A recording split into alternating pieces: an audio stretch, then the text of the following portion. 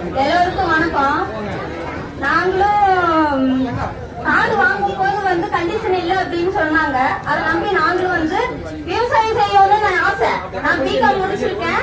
எங்க வீட்டுக்காரர்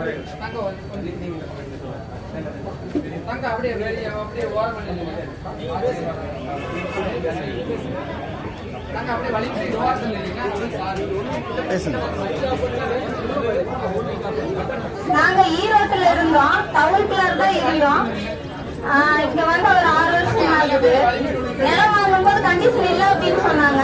விவசாயம் பண்ணணும்னு ஆசை. அதனால நிலம் வாங்கி இங்க வந்திருந்தோம்.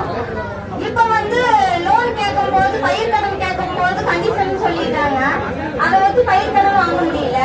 சரி, இருக்கிற விவசாயத்தையாவது எப்படி காப்பாற்றிக்கணும் அப்படின்னு சொல்லிதான் நாங்க விவசாயம் பண்ணலாம் அப்படின்னு சொல்லி ஆரம்பிச்சோம். இயற்கை வழி விவசாயம் தான் செஞ்சுட்டு இருக்கிறோம்.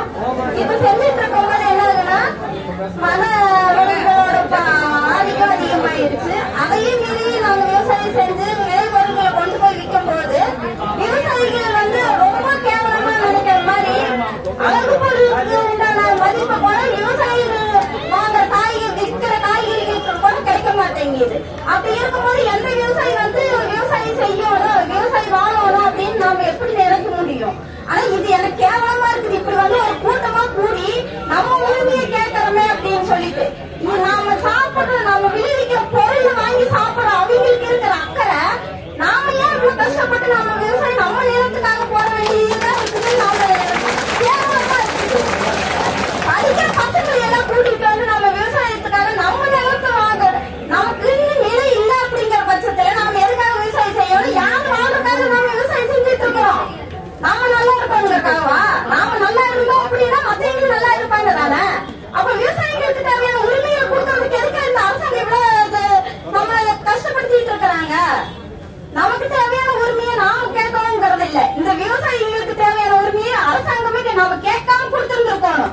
இவ்வளவு தூரம் நம்ம போராடிட்டு இருந்து இன்னும் ஐயா சொல்ற மாதிரி 1 மாசம் வரைக்கும் கூட இருக்கணும் அப்படின்னா நாம இருக்கலாம். நம்ம கட்டி வச்சுட்டு இருக்கிற மாடு இருக்குமா? அது தீனி இல்லாம இருக்குமா? அது பால் கறந்தாதானே அடுத்த வேலைக்கு நமக்கு கை செலவுக்கு ஆகும். இதையெல்லாம் யாரு இது பண்றாங்க?